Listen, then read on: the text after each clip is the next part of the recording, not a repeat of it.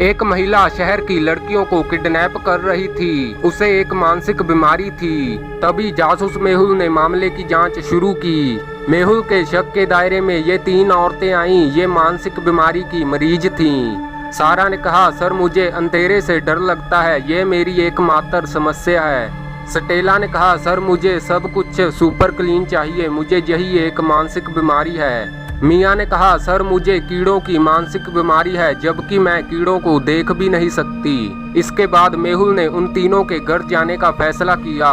ये है सारा का घर, ये है स्टेला का घर और ये है मिया का घर। डिटेक्टिव आर्मी, क्या आप इन तीनों के बयानों को सुनकर पता लगा सकते हैं कि तीनों में से कौन झूठ बोल रही है?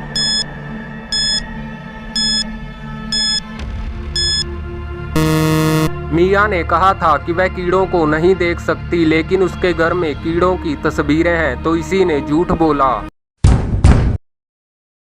एक जेल एक नदी के किनारे बनी हुई थी। इसके कैदियों में से 2 अपने भागने के लिए राय कर रहे थे।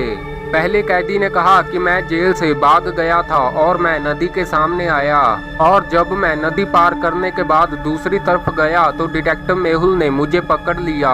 दूसरे कैदी ने कहा, मैं भी जेल से भाग गया था और नदी के सामने आ गया।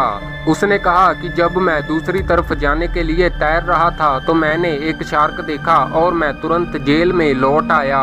इन दोनों ही कैदियों में से एक झूठ बोल रहा है। डिटेक्टिव आर्मी, क्या आप पता लगा सकते हैं कि कौन सा कैदी झूठ बोल रहा है?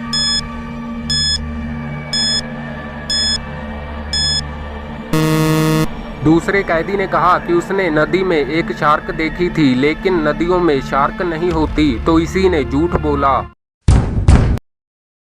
पीटर को एक छिपे हुए खजाने का नक्शा मिला।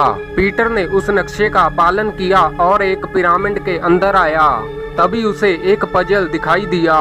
पीटर को उस खजाने के पास जाने के लिए इस पजल को सॉल्व करना होगा। डिटेक्टिव आर्मी, क्या आप पता लगा सकते हैं कि यहाँ पर कौन सा नंबर आ सकता है? 5, 6, 7 और 8।